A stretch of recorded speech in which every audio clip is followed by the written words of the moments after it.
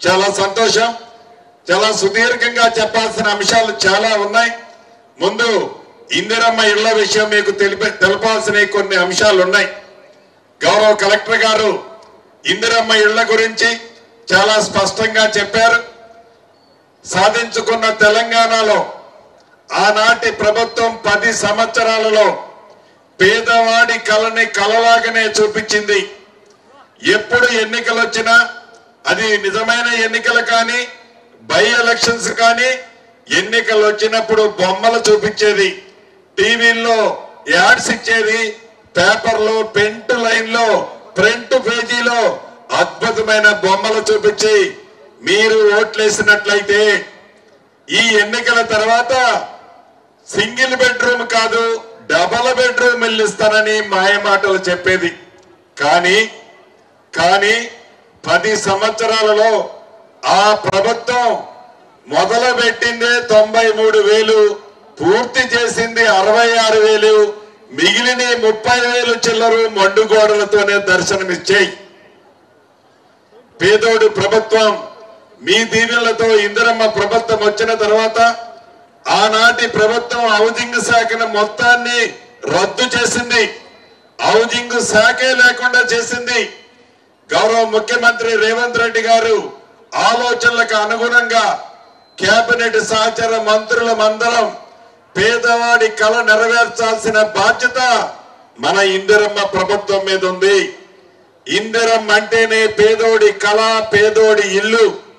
అటువంటి ఇందిరమ్మ ప్రభుత్వంలో ఇల్లు ఇచ్చే ప్రణాళిక మన ప్రభుత్వం పెద్ద ఎత్తున చేపట్టాలి అని తలంచి మొదటి విడత రాష్ట్ర వ్యాప్తంగా 4.5 లక్షల ఇల్లు ఇచ్చే దానికి శ్రీకారం చుట్టి ప్రతి నియోజకవర్గానికి తక్కువలో తక్కువ 3,500 ఇళ్లు ఇస్తూ ఇది నిరంతరము ఇచ్చే కార్యక్రమం. ఒక్కసారి 3,500 ఇచ్చి చేతులు దులుపుకునే ప్రభుత్వం కాదు. దయచేసి నా ఆడబిడ్డలు గుర్తించాలి. ఇందాక సత్యన్న చెప్పారు, ఏ నియోజకవర్గానికి పైన 3,500 ఇళ్లు సరిపోవన్నా మాకు కనీసం ఇంకొక 1,000-1,500 ఇయ్యండి అని అడుగుతున్న మాట నిజం. అది అవసరం కూడా ఉంది. ఆనాటి 10 సంవత్సరాల ఒత్తిడి ఈనాడు ప్రజాప్రతినిధుల మీద ఉన్నమాట వాస్తవం. కానీ ఈ ప్రభుత్వం 4.5 లక్షల ఇళ్లు కట్టడం అంటే 22,500 కోట్ల రూపాయలు అవసరం.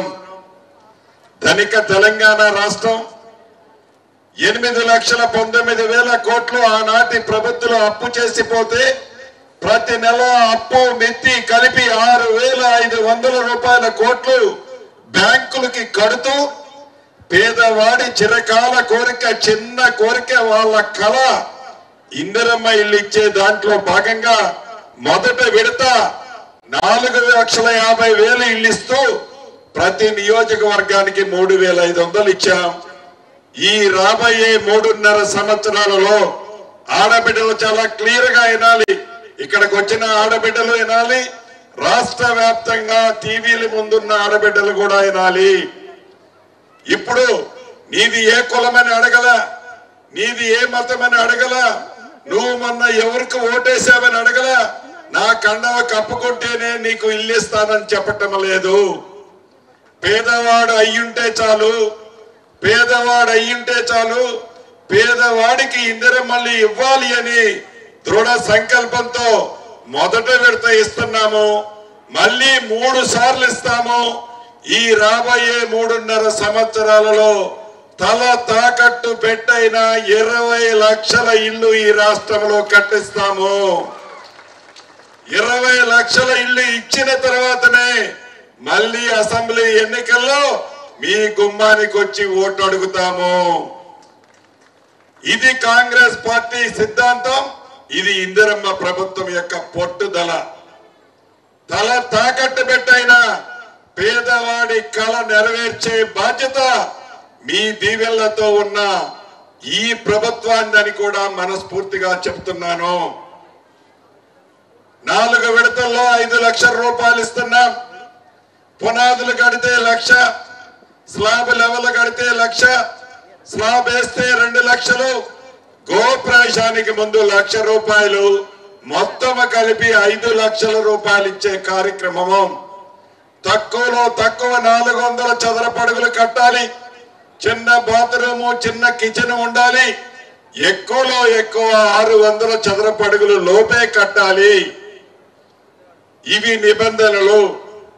డైరెక్ట్ గా ఇందాక మిత్రులు చెప్పినట్టు మధ్యవర్తుల ఖాతాలోకి డబ్బు పోదు. ప్రభుత్వం నుంచి డైరెక్ట్ గా బటన్ నొక్కితే మీ ఖాతాలోకి ఆ డబ్బు వస్తుంది. ప్రతి సోమవారం నాడు ఎవరైతే నా ఆడబిడ్డల ఇల్లు కట్టుకుంటున్నారో ప్రతి సోమవారం నాడు ప్రభుత్వం ఒక పొద్దు తినకపోయినా, ప్రభుత్వం ఒక పొద్దు అన్నం తినకపోయినా మీకిచ్చే నిధుల విషయంలో ఒక్క నిమిషం కూడా లేట్ చెయ్యము. కాబట్టి ధైర్యంగా అప్పు ఉన్నమాట వాస్తవం, అప్పు పుట్టినమాట వాస్తవం. అయినా కూడా మనసుంటే మార్గం ఉంది. పేదోడే ఈ ప్రభుత్వానికి ముఖ్యం కాబట్టి తల తాకట్టు పెట్టైనా ఇల్లు కట్టిస్తామని, ఇల్లు రాని ఆడబిడ్డలు ఎవరు నిరుత్సాహపడాల్సిన అవసరం లేదు. మీరు అర్హులై ఉంటే ఈ ప్రభుత్వంలో తప్పకుండా ఇందిరమ్మ ఇల్లు మీకు వస్తుంది. అదే రకంగా ఇక్కడున్న కలెక్టర్లకి, మిగిలిన జిల్లా కలెక్టర్లకు కూడా 2 బెడ్రూమ్ లో గతంలో ఏవైతే మొండి గోడలతో దర్శనమిస్తున్నాయో ఈ రాబోయే కొద్ది రోజుల్లో ఆ మొండి గోడలకు దర్శనమిచ్చే ఇల్లు కూడా ఏ పద్ధతిలోనైతే పారదర్శకంగా ఇందిరమ్మ ఇల్లు ఇచ్చామో అదే పద్ధతిలో ఆ కట్టి సగం మిగిలి ఉన్న ఇల్లు మీరు లబ్ధిదారుల్ని ఫైనల్ చేయండి. దానికి బ్యాలెన్స్ అమౌంట్ కూడా ప్రభుత్వ పక్షాన రిలీజ్ చేస్తామని కూడా ఈ వేదిక ద్వారా ఈ నగరకల్లు నియోజకవర్గానికే కాకుండా రాష్ట్ర వ్యాప్తంగా ఉన్న ప్రజలకి ప్రభుత్వ పక్షాన తెలియజేస్తున్నాను. అంతేకాదు భూభారతి ఆనాటి ధరణి గురించి అనేక వేదికలు రాష్ట్ర వ్యాప్తంగా తిరిగాను. మొన్న 20వ తారీఖుతో రాష్ట్ర వ్యాప్తంగా అన్ని రెవెన్యూ గ్రామాలకి ఎంఆర్ఓ స్థాయి అధికారులు వారి బృందము పర్యటించి పేదవాడికి, రైతన్నకు, భూములున్న ఆసాములకి చుట్టములా ఉన్న చట్టం భూభారతి 2025 ద్వారా రాష్ట్ర వ్యాప్తంగా సుమారు 8,60,000 మంది అప్లికేషన్లు పెట్టుకున్నారు. ఇవన్నీ రాబోయే వారం రోజుల లోపే కంప్యూటరైజేషన్ చేసి ఇందుట్లో న్యాయమైన సమస్యలన్నిటినీ ఆనాటి ప్రభుత్వం ఏవైతే ఇందాక మిత్రులు వీరేశం గారు చెప్పినట్టు, వీరేశం గారు చెప్పింది రాష్ట్ర ప్రజలందరికీ అర్థమైందో లేదో నాకు తెలియదు, కానీ నేను ఒక్క ముక్కలో చెప్తా. రైతు బంధు వారి స్వార్థం కోసం ఆ పింక్ కలర్ షర్ట్ వేసుకున్న వాళ్ళకి లాభం చేయటం కోసం నిజంగా భూమిలో ఒక వ్యక్తి ఉన్నాడు. పింక్ కలర్ షర్ట్ వేసుకున్న వ్యక్తికి ఆ భూమిలో పేదోడు ఎవడైతే ఉన్నాడో బలవంతాన ఆ పేదోడు భూమిని లాక్కొని ఈ పింక్ కలర్ షర్టులకి పాస్బుక్లు ఇచ్చి రైతు బంధు ద్వారా వాళ్ళకి ప్రభుత్వం లబ్ధి చేయాలని ఒక దుర్బుద్ధితో చేసిన కార్యక్రమం అది. ఒక్క నగరకల్లు నియోజకవర్గంలోనే కాదు, రాష్ట్ర వ్యాప్తంగా అన్ని రెవెన్యూ గ్రామాలలో ఇటువంటి కార్యక్రమాన్ని ఆనాటి ధృతరాష్ట్ర పాలనలో చేశారని చెప్పడానికి నేను సంకోచించడం లేదు. దీన్ని ప్రక్షాళన చేయటానికే, పేదవాడికి అండగా ఉండటానికే, పేదవాడి కళను నెరవేర్చడం కోసమే ఇందిరమ్మ ప్రభుత్వం ఉంది. కాబట్టి ఇటువంటి తప్పులన్నిటినీ ఈ భూభారతిలో పూర్తి ప్రక్షాళన చేసి రైతన్నలకు, భూమి ఆసాములకి పూర్తి భద్రత ఈ ఇందిరమ్మ ప్రభుత్వంలో కల్పించడమే మీ ప్రభుత్వం యొక్క లక్ష్యమని కూడా ఈ వేదిక ద్వారా తెలియజేస్తున్నాను. ఆగస్టు 15వ తారీఖు నాటికి నాకు తెలిసి ఏవైతే ఈ 8,60,000 అప్లికేషన్లు వచ్చాయో న్యాయమైన వాటిని అన్నిటినీ దేశానికి స్వతంత్రం వచ్చిన రోజు ఆగస్టు 15. ఆ రోజు నాటికి తెలంగాణ రాష్ట్రంలో ఉన్న భూముల ఆసాములకు రైతన్నలకు స్వతంత్రం ప్రకటించాలన్నదే మీ దీవెనలతో ఉన్న ఇందిరమ్మ ప్రభుత్వం యొక్క లక్ష్యము. దీంట్లో అధికారులందరూ కూడా చిత్తశుద్ధితో, ఇందాక పెద్దలు గుత్తా సుఖేందర్ రెడ్డి గారు చెప్పినట్లు చిత్తశుద్ధితో చట్టాన్ని అయితే అద్భుతమైన చట్టాన్ని చేశాం. ఈ చట్టం పేదవాడికి ఉపయోగపడే విధంగా, పేదవాడికి లాభం జరిగే విధంగా, మంచిని మంచిగా చెప్పే విధంగా, మంచి ఆ బీఆర్ఎస్ వాళ్ళు అడిగినా అది న్యాయమైతే వాళ్ళకి కూడా అన్యాయం చేయమని ఈ చట్టము చెప్పదు. గౌరవ ముఖ్యమంత్రి గారు చెప్పరు, నేను కూడా చెప్పను. మంచి న్యాయం ఉంటే నీది ఏ పార్టీ అయినా సరే, ఇందిరమ్మ ప్రభుత్వం అంటే పేదోడి పొట్టగొట్టే ప్రభుత్వం కాదు, పేదోడిని భుజము తట్టే ప్రభుత్వం అని కూడా ఈ వేదిక ద్వారా తెలియజేస్తున్నాను. ఇక ఒక వారం రోజుల నుంచి మనం చూస్తున్నాం, ఇందాక మిత్రులు ఎంపీ గారు కిరణ్ కుమార్ రెడ్డి గారు చెప్పినట్లు బంకచర్ల అని వారికి ఆనాడు అంటిన బంకని ఈనాడు మణికంటియాలని తాపత్రయపడుతున్నారు. అసలు బంకచర్ల అనే అంశం గోదావరి నీరు పెన్నా బేసిన్కి తీసుకుపోవాలనే అంశం ఎప్పుడు మొదలైందయ్యా? ఈ అంశం ఎప్పుడు మొదలైంది? నువ్వు మాయ మాటలు చెప్పి ఇచ్చిన కాంగ్రెస్ పార్టీని కాదని నీ మోసపూరితమైన మాటలు తెలంగాణ బిడ్డలు నమ్మి నిన్ను అధికారంలోకి తీసుకొచ్చినప్పుడు 2016లో ఆనాటి ఆంధ్రప్రదేశ్ ముఖ్యమంత్రి గారు గోదావరి నీటిని పెన్నా బేసిన్కి తీసుకుపోయే అంశంలో 400 టీఎంసీలకి ఆనాటి ప్రభుత్వం జీవో ఇచ్చింది. జీవో ఇవ్వటమే కాక దానికి అనేక ప్రణాళికలు చేసుకొని ఎస్టిమేట్లు కూడా శాంక్షన్ చేసింది. ఆనాటి ప్రభుత్వం ఎవరిదండి? ఆనాటి ముఖ్యమంత్రి ఎవరండి? ఆనాటి నీటిపారుదల శాఖ మంత్రి ఎవరండి? గుడ్డి గుర్రాలు పొల్లుతోనారా ఆనాడు? మీరు మంత్రిగా ఉన్నప్పుడు, మీరు ముఖ్యమంత్రిగా ఉన్నప్పుడు 2016 నుంచి 2023 వరకు 7 సంవత్సరాలు మీరు ఎలగబెడుతుంది కదా. ఏనాడైనా ఆ 400 టీఎంసీని గురించి కేంద్ర ప్రభుత్వంలో కానీ, కోర్టులలో కానీ, ఏ ఫోరం మీదలో కానీ తెలంగాణ పక్షాన నోరు ఇప్పాలి అనే జ్ఞానం మీకుందా? ఆనాడు మర్చిపోయి పదవి దిగిన తర్వాత తెలంగాణ ప్రజలన్నా, రైతులన్నా గోదావరి నీటి గురించి, బంకచర్ల గురించి ఈ ప్రభుత్వాన్ని తప్పుపడుతున్నావా? ఆనాడిచ్చిన జీవో గురించి మీరేం చర్చించారు అసలు? దాన్ని మర్చిపోయి ఈ ప్రభుత్వాన్ని విమర్శించడం గౌరవ ముఖ్యమంత్రి గారిని గాని, నీటిపారుదల శాఖ మంత్రి గారిని, అధికారులు కానీ మీ తప్పిదాలని దాచిపెట్టుకోవటం కోసం మీ కాళేశ్వరం అనే స్కాము రోజు రోజుకి బలపడుతుంది అని దాన్ని వక్ర మార్గంలోకి తీసుకెళ్లటం కోసం, మీ స్కిన్ మీరు కాపాడటం కోసం మీరు ఆడుతున్న డ్రామా అని తెలంగాణ ప్రజలు గ్రహించడం లేదనుకోవటం మీ అవివేకం. అంతేకాదు, అయ్యా మాజీ ముఖ్యమంత్రి గారు, అయ్యా మాజీ నీటిపారుదల శాఖ మంత్రి గారు, ఏం కమిషన్ మిమ్మల్ని పిలిస్తే మీరేమన్నా పైనుంచి దిగొచ్చిన దేవుళ్ళ?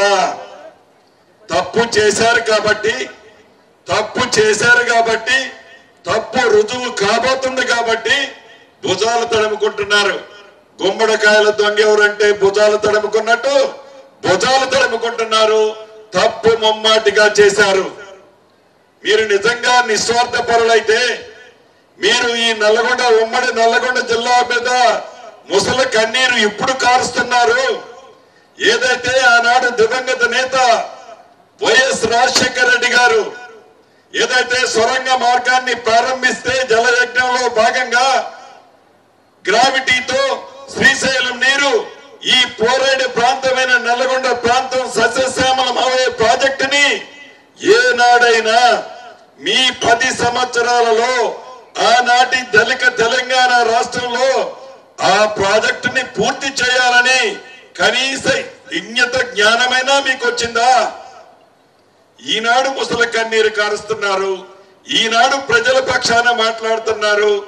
ఈ నల్లగొండ ప్రాంతం ఫ్లోరైడ్ ప్రాంతమే కాదు, మూసీ పరివాహక ప్రాంతంతో ఈ ప్రజలు ఇబ్బంది పడుతున్నారని నిజంగా మీరు గ్రహించి ఉంటే ఆ ఎస్ఎల్బిసి టర్నల్ ని మీరెందుకు పూర్తి చేయలేదు? మీరెందుకు పూర్తి చేయలేదంటే కాళేశ్వరం కొత్త ప్రాజెక్టు మొదలు పెడితే 1,00,000 కోట్లు దోపిడీ చేయొచ్చు. పాత ప్రాజెక్టు మొదలు పెడితే మనకి కమిషన్లు రావని కేవలం ఆ స్వార్థంతోనే మీరు ఎస్ఎల్బిసిని టర్నల్ ని పూర్తి చేయలేదన్నది నగ్న సత్యం అన్నది మీకు కూడా తెలుసు. అంతేకాదు ఈ 8,19,000 కోట్లు ఈనాడు రాష్ట్రంలో అప్పు ఉన్నా ఆనాటి ప్రభుత్వం ఏవైతే సంక్షేమ కార్యక్రమాలు మంచి వాటిని చేసిందో బేషిజానికి పోకుండా మంచి కార్యక్రమాలన్నిటినీ మన ఇందిరమ్మ ప్రభుత్వంలో ఈనాడు పేదోడికి అందిస్తున్నాం. దాంట్లో భాగం ఆ మంచి కార్యక్రమాలతో పాటు అప్పుల్లో ఉన్నాం. మనమేమీ తినలేము, పేదోడికి ఏమీ చేయలేము అని మా ప్రభుత్వం ఏమీ చేతులు ఎత్తేలా ఉన్న దాంట్లో కడుపు కట్టుకొని పేదవాడికి మంచి ఏవైతే జరుగుతాయో పేదవాడు మంచి వాటిలో ఏమి కోరుకుంటున్నాడో ప్రతి దాన్ని ఈ ప్రభుత్వం చిత్తశుద్ధితో పేదవాడికి అందించే దిశగా ఈనాడు పయనిస్తుంది.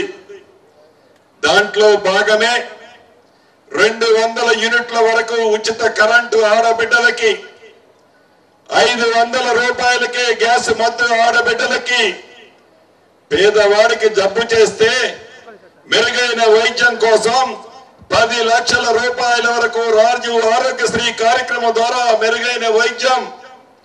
మొన్న ఉగాది నుంచి సన్న బియ్యం దేశ చరిత్రలో ఏ రాష్ట్ర ప్రభుత్వము ఇవ్వని విధంగా ఒక్క సంవత్సరంలోనే 60,000 ఉద్యోగాలు నా నిరుద్యోగ తమ్ముళ్ళకి, ఇందిరమ్మ ఇల్లు, భూభారతి, అదే రకంగా టింగ్ టింగ్ టింగ్ అనుకుంటూ 3 రోజుల నుంచి మీ అందరికీ జమ అవుతుంది రైతు భరోసా.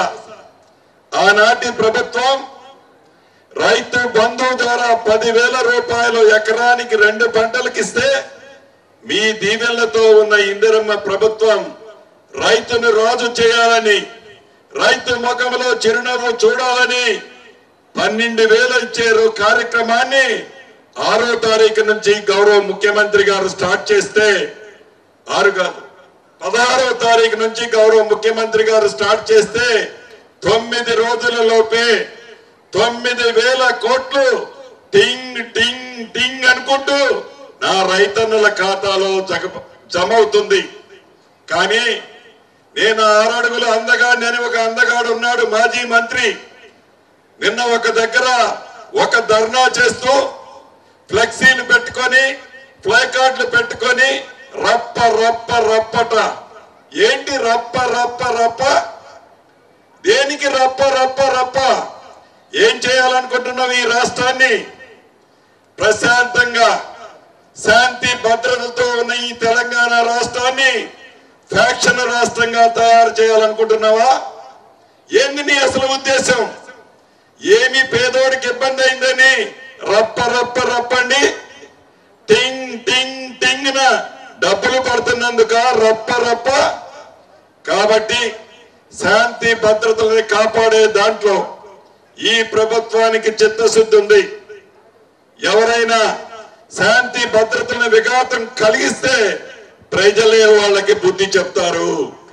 గతంలో చెప్పారు, మళ్ళీ చెప్తారు. అంతేకాదు, ఇందాక మా ఇల్లన్న చెప్పినట్లు ఆనాడు మాజీ ముఖ్యమంత్రి గారు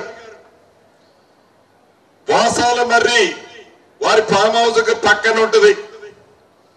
వారి ఫామ్ హౌస్ కి 4 లైన్ రోడ్డు వేయటం కోసం నేను ముఖ్యమంత్రిని, మీ గ్రామాన్ని దత్తత తీసుకుంటున్నా, అడ్డం వచ్చే ఇళ్ళన్నీ కూడా మంచి భవంతులు కడతానని నమ్మబలికి ఆ రోడ్డుకి అడ్డం వచ్చే ఇళ్ళన్నీ పడగొట్టి ప్రభుత్వ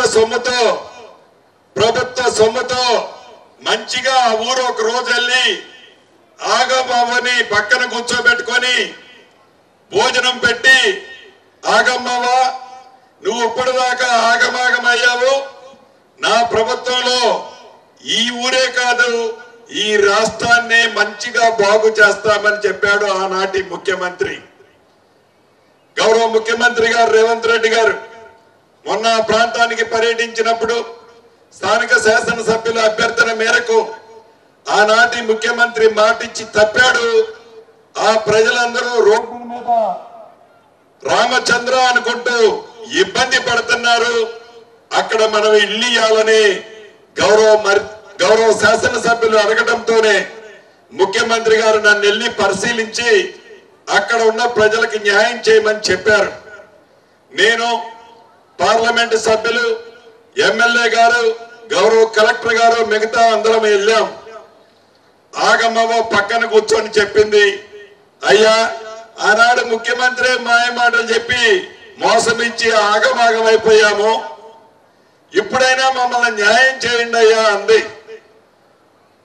గౌరవ ఎమ్మెల్యే గారు అందరం ఆల్రెడీ ఫౌండేషన్ తీసాం.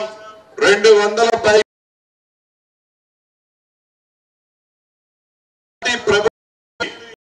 నిర్వాహకం వల్ల ఏవైతే ఇబ్బంది పడ్డారో వాళ్ళందరికీ ఇల్లుకి యుద్ధ ప్రాతిపదిక మీద రాబోయే 3 నెలల్లో ఆ ఇల్లుని కంప్లీట్ చేసే విధంగా ప్రభుత్వం చర్యలు చేపట్టింది. ఎందుకు చెప్తున్నానంటే ఆనాటి ప్రభుత్వం మాటలు ఎలా ఉంటాయి, ఆనాటి ప్రభుత్వం చేతలు ఎలా ఉంటాయి, ఆనాటి ప్రభుత్వం యొక్క ఆలోచన విధానాలు ఎలా ఉంటాయి అనటానికి నిదర్శనమే ఆ దత్తత తీసుకున్న గ్రామం వాసాల మర్రి కానీ, తెలంగాణ రాష్ట్రంలో రైతన్నల విషయం కానీ, ఇతరత్ర అప్పటి ప్రభుత్వానికి ఈ 18 నెలల మీ దీవెనలతో వచ్చిన ఇందిరమ్మ ప్రభుత్వానికి ఎంత తేడా ఉందో ఒక్కసారి మీరు గమనించండి.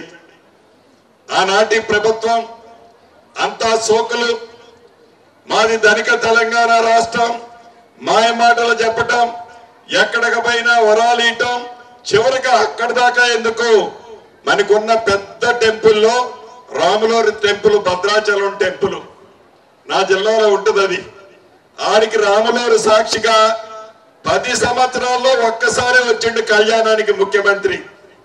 ఆ ఒక్కసారి వచ్చి ఏమి వాగ్దానం చేసిందంటే ఈ టెంపుల్ అభివృద్ధికి 100 కోట్లు ఇస్తానన్నాడు. 100 పైసలు కూడా ఇలా 100 పైసలు కూడా ఇలా నిజం. అటువంటి స్వభావం ఉన్న ప్రభుత్వం, అటువంటి ధరల ఆలోచనలు ఉన్న ప్రభుత్వం అది.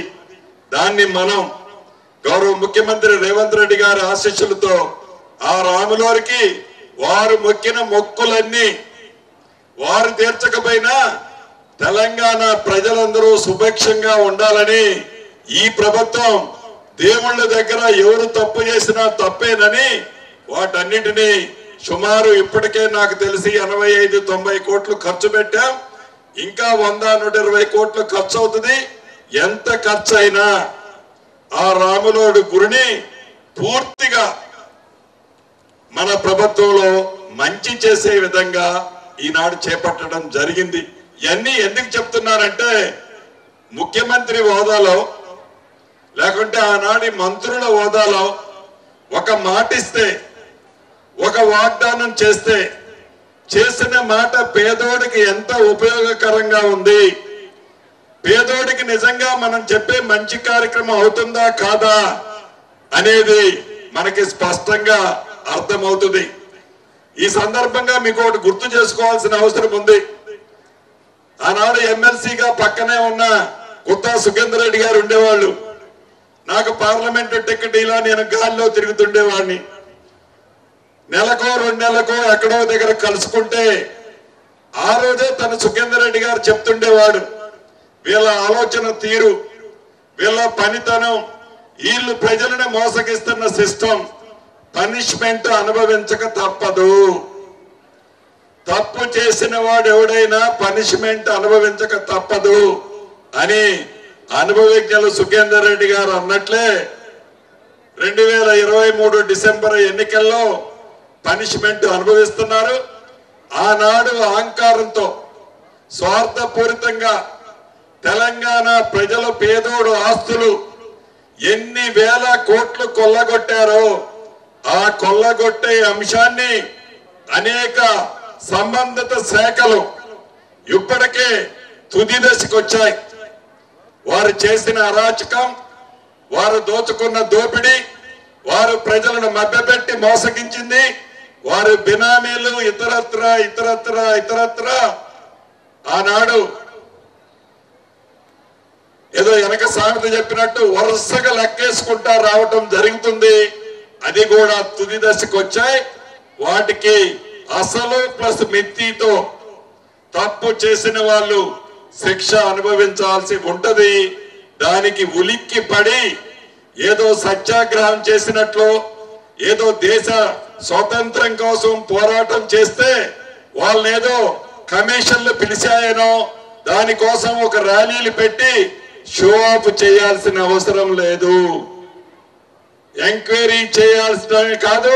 మీరు చేసిన తప్పులు తప్పకుండా సామాన్య ప్రజలు నోటితో చెప్పలేదు, ఓటు రూపంలో చెప్పారు.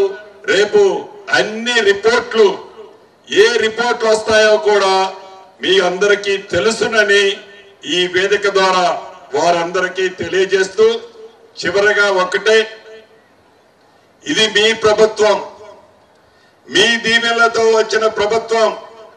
గౌరవ ముఖ్యమంత్రి రేవంత్ రెడ్డి గారు కానీ, కేబినెట్ మంత్రులమైన మేము కానీ పదవుల కోసం తహతలాడే వాళ్ళం కాదు, వ్యక్తిగత స్వార్థం కోసం ఎప్పుడూ ఎంపర్లాడే వాళ్ళం కాదు.